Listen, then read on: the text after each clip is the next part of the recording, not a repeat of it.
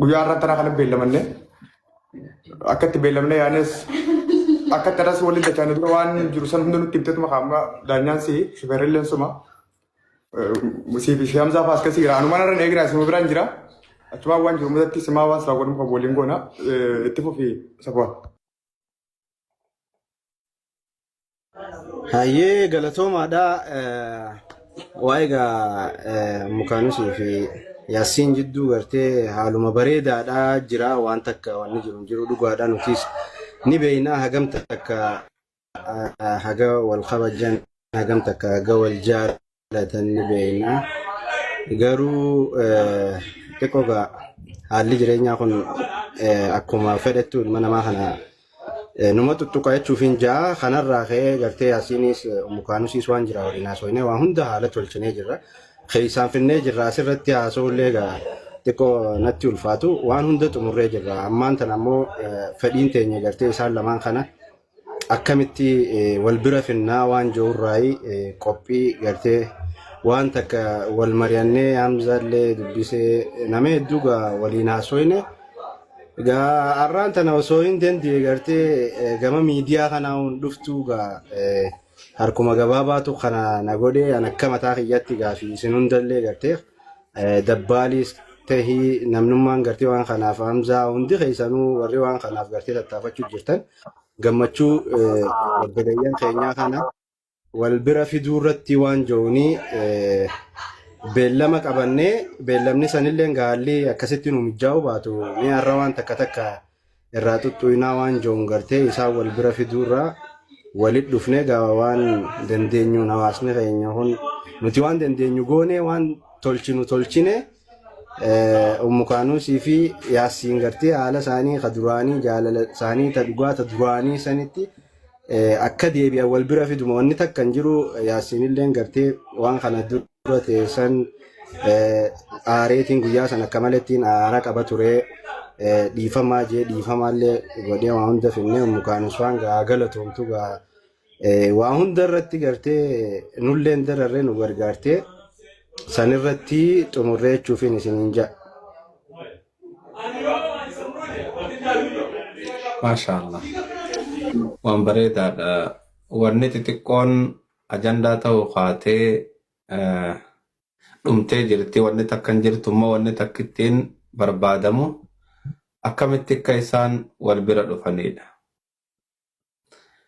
Eenyutu eenyu bira dhufa? Akkami bira dhufa? Bira dhufuufoo maal barbaachisa?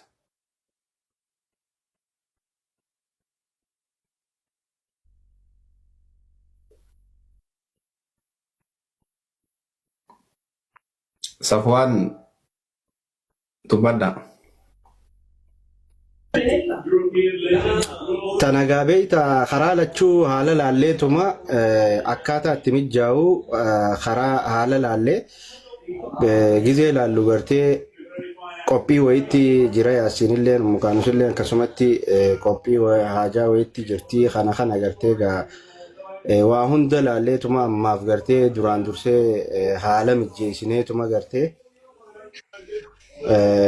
mukaanus taatus mukaanus dubbisneellee gartee yaasiinillee wanni inni jiyaati manaa kiyyaa yoo galtee an ilmaan kiyya keessatti gammachuu tiyyaan hin dandeeyadhaa jee isillee wallaahi harkan hin darbine an abbaan manaa kiyyaa waan naan jee fudhadhee arra yoo karaa qabaattan arra galuun hin dandeeyaa jette ammoo kaayiroo san xiqqaalli IOM galmeeffattee karaan xiqqoo ni dheerataa ammoo an arrallee galuudhaaf qophiidhaan hin jette kanumarra dhaabbanneeti gartee waan takka haala mijeessineetuma walitti deebinaa wal mari'annee yaada joon adda baane kanaa galaa fi sanii galaa murteessinee ammoo mukaanusillee ifnuu qabdeetti abbaan mana kiyyaa waan jee arra galii jee arraan tana kunnoo haalli naa tollaan karaan haalli itti mijjooynaan nin deemaa jettee waan jiru nu ibsitee jirti yaada joofin jaa kanarraa ammoo nutis akkanatti osoo hin ta'in waan takka haala takka mijeessineeti san booda lamaan irraa haa ta'u irratti gartee hojjanne yaada jooni amma gama keessan kana. Okay. Ustaz Umma Safwan jedhatti anis xiqqoo haala bala. Waanuma waliin beeknuu fi waanuma waliin agarre waan silaa dubbachuu qabu yaasin safwaan sirrumatti hime. Ta dura Umukaanis fi yaasin jaarsaa jaartii gaarii nama yeroo dheeraa waliin ture nama biyya baqaa keessa waliin ture nama biyya baqaarraa gara biyya Itoophiyaatti waliin galee nama ilmaan lama waliin qabu ta'uu fi nama bultii isaanii akka bareedatti gaggeessaa ture ta'uu namni hundi gurraa qaba. Ijaanis sanuma argaa turre. Anis atis tokkoon tokkoon nama 1800 kaas jiru kun hundi namni biyya keessaa nama muraasa erga guddaan nama biyya namaa jiru. Hundi namaa gaafa biyya namaa deemu rakkoo qaba. Sababaas qaba. Waan dhabe qaba. Waan san barbaadu deema. Waa'ee Umukaanuutii fi waa'ee Yaasinii isaan lachuu akka biyya isiin akka biyya keessa hin jirre namni hundi gurraa qaba duraanii. Torbaan lama dura waan gara laayivii isaaniitiin sagalee waraabamee gabbeessan namni kaanis ni aaree kaanis ni dallane namni hojii gadi rifate waa'ee eegina rifate.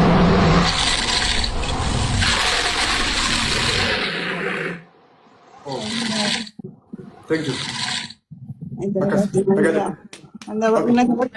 ما شاء الله جزاك الله خير يلا تودوا عمري دايرة دا Mea ada baru sih jatuh muka harus nara ada berdara.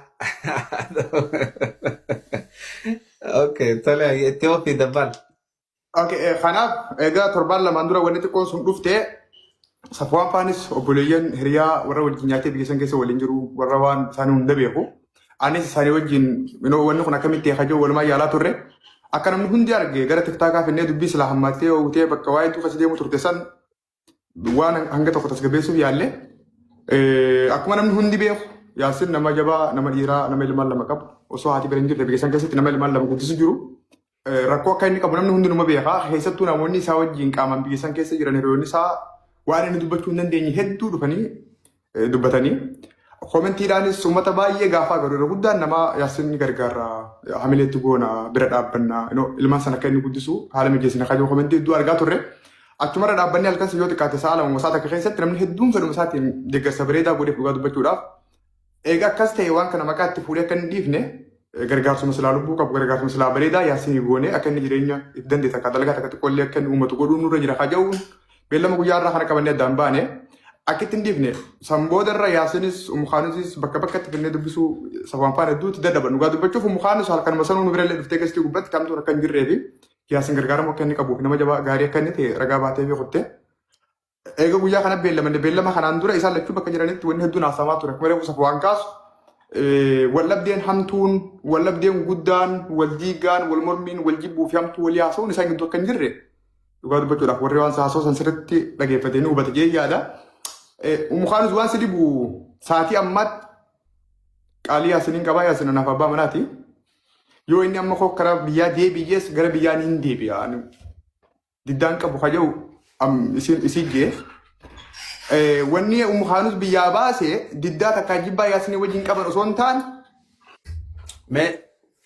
Mee dabbaan kiyya gaafiilee muraasa wayitiin Umukaanus gaafadha. Okay, tu boleh baca. Ada sekarang suara balik ayat tu. Ayat. Mee Umukaanus ati Kaayiroo maaliif dhufte?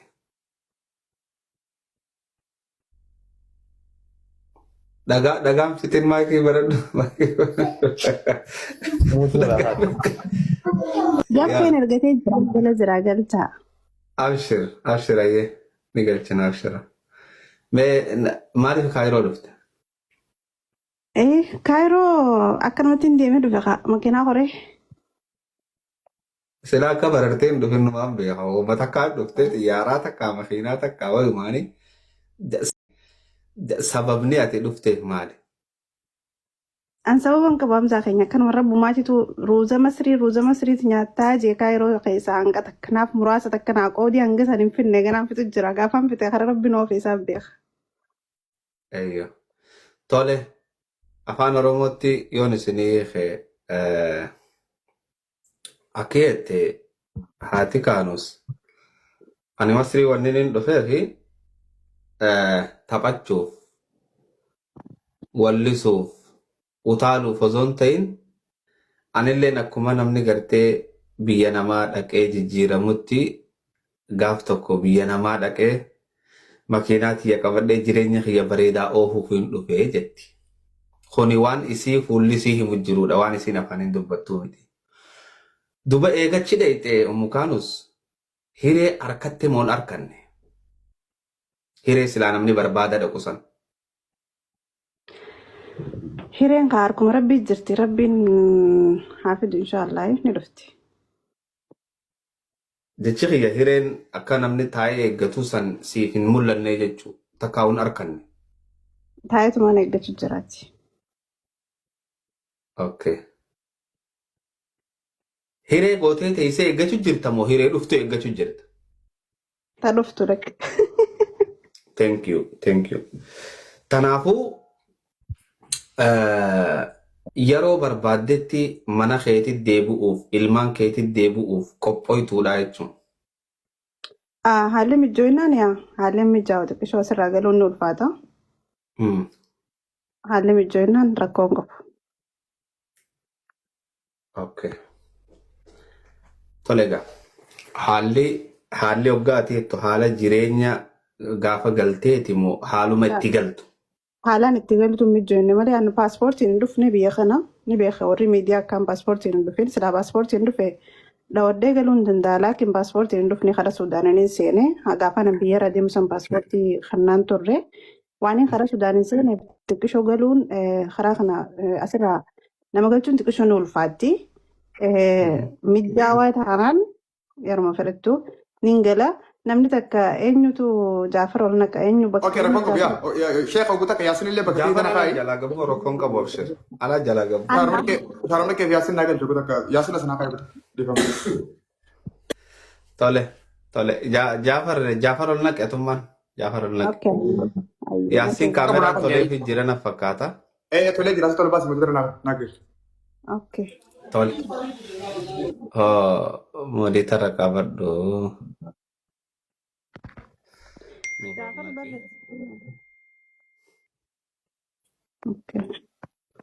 Akkasitti ummukaanus yeroo hunda ilmaan isiitti galuudhaaf wanni isii daangeessu karaa mijaa'uu qofa akkasiimi. Yaa. Takka tuqime. Mashallah. Thank you. Tole karaan ni mijaa'u ummukaanus. Inshaallah. Abshiriin siin jee karaan akka mijaa'u dhibbatti hin beekaati. Ayyee. Tana filaa suuqadhu taa'i. Dhiiraan filaa suuqadhu jaarii dhalaanoo maal jaansa dhiiroo. Qarmaa hidhadhu taa'i bootan. Anaa dhibaasa maaltu gaadha. Hamashadhu osoo biroritaa jirtuuti dhiifee wanti yan ta'initti seere hamashadhu taa'i tana. Tole. Yaasiin.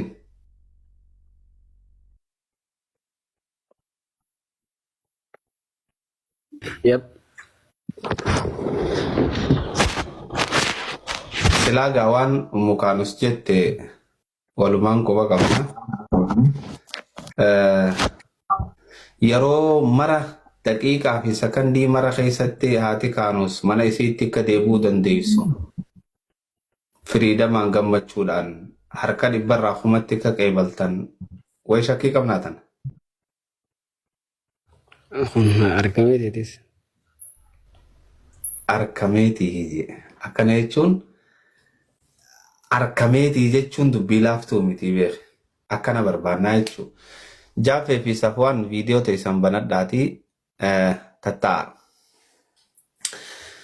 Duuba amma dhiiroo helikoophtar qabaannee helikoophtar keenya erginee hin finnu mee kamitti haadha kaanu